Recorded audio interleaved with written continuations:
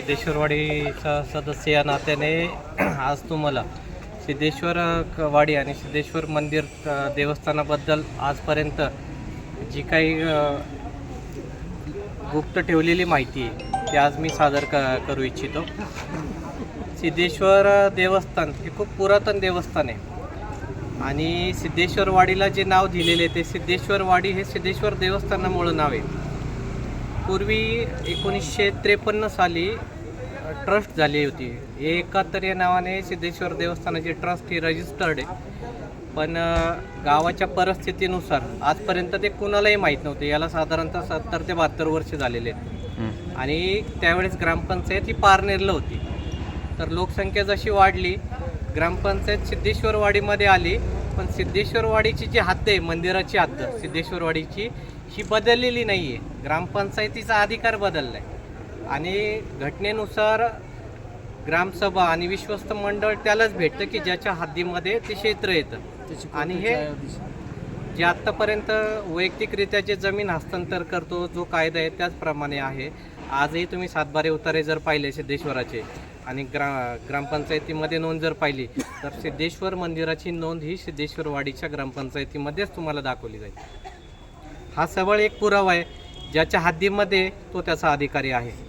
आता शेजारी जर कोणी जर म्हणत असेल की आम्हालाही तुमच्यामध्ये सामील करून घ्या, पण कायद्याने ती प्रक्रियाच नाही आहे. याच्यासाठी आम्ही पुणेरी मंडळाला सुद्धा याच्या बाहेर ठेवलेले आहे आणि आता जे उपोषण केलेले आहे त्यांचं म्हणणं एवढंच आहे की आम्हाला तुमच्यात सामील करून घ्या. एक मुद्दा असा आहे की मंदिर हे राजकारण नाही आहे. मंदिर हा देव सर्वांचा आहे.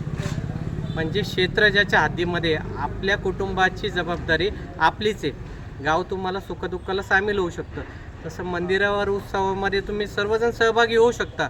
मग इथं अधिकाराचा प्रश्नच येत नाही आहे काही. विश्वस्त मंडळ हे बिघडलेली व्यवस्था व्यवस्थित करण्यासाठी आजपर्यंत मंदिरामध्ये जी डागडुजी झाली, मंदिरामध्ये जी पडझड झाली, ही जर आजपर्यंत तुम्ही रेकॉर्ड काढलं साधारणतः 25 ते 30 वर्षाचं हे पुणेरी मंडळ गावातलं मंडळ मुंबई ठाणे जे काही सदस्य आहेत गावकरी यांनी केलेली जडणघडण याच्यामध्ये बाहेरच्या गावच्या कोणत्याही देणगी तुम्ही कुठेही देऊ शकता. पण देणगीतला आलेला जो खर्च करायचा ज्याला अधिकार आहेत त्याच्याकडेच येणार आहेत ते. तर याच्यामध्ये आता जो क्षेत्राचा वाद आहे ते रेकॉर्डेड आहे. सातबारे उतारे जे असतील त्या सातबारे उतार्यानुसार जी हद्द आहे ती हद्द त्याचीच राहणार आहे. आणि सर्वांचं जे मत आहे आपले निर्णय वैयक्तिक होऊ शकत नव्हते म्हणून आपण कायद्याचा आधार घेतला. कायद्याने जी प्रक्रिया आहे कायदा जो निर्णय देईल तो सर्वांमध्ये मान्य आहे. याच्यामध्ये कोणी असं नाही आणि त्याच्यासाठीच आपण इथं आले. जे आपल्याला कळत नाही ते कायद्याला कळतं आणि कायदा जो सांगेल तो सर्वांना जो काही निकाल असेल तो मान्यच करावा लागणार आहे. याच्यामध्ये याच्यापेक्षा वेगळं ते काहीच नाही. हां, जर गावाबाहेरच्या लोकांना मंदिरावर यायला जर कोणी बंदी केली तर तुम्ही गावकऱ्यांबद्दल आक्षेप घेऊ शकता. कायद्याने तुम्ही त्यांच्या विरुद्ध गुन्हे दाखल करू शकता. अजून तशी काहीच प्रक्रिया नाही आहे. आम्ही फक्त व्यवस्थापनासाठी ट्रस्ट बनवण्याचा उद्देश एकच आहे. मंदिराची जी पडझड आहे तो खर्च करोडोंमध्ये, कोणाची एवढी कपॅसिटी नाही की ते खर्चाने करेल म्हणून.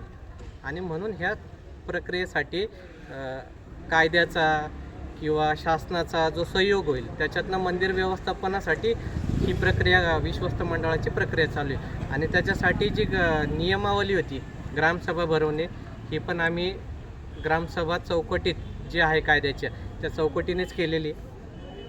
ती काही गुप्त केलेली नाही. सगळ्या गावाला माहिती आहे. निर्णय घ्यायला सरपंच निवडून द्यायला गावकरी निवडून देतात. नंतर सरपंचाच्या सही शिक्क्यावर सगळं चालतं.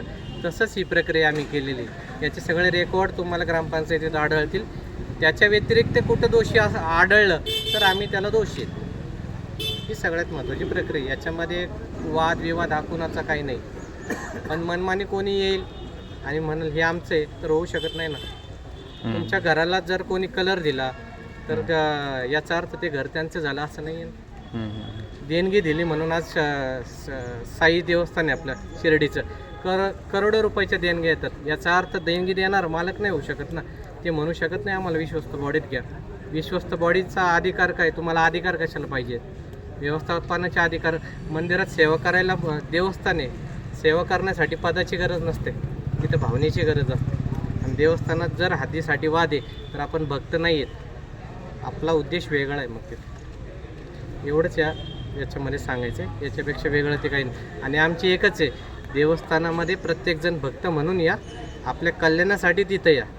वादविवाद वाढवण्यासाठी जर आलात तर शेवट सगळ्यांचा निकाल करणारा कालच आहे. याच्यापेक्षा वेगळं काही सांगायची गरजच नाही.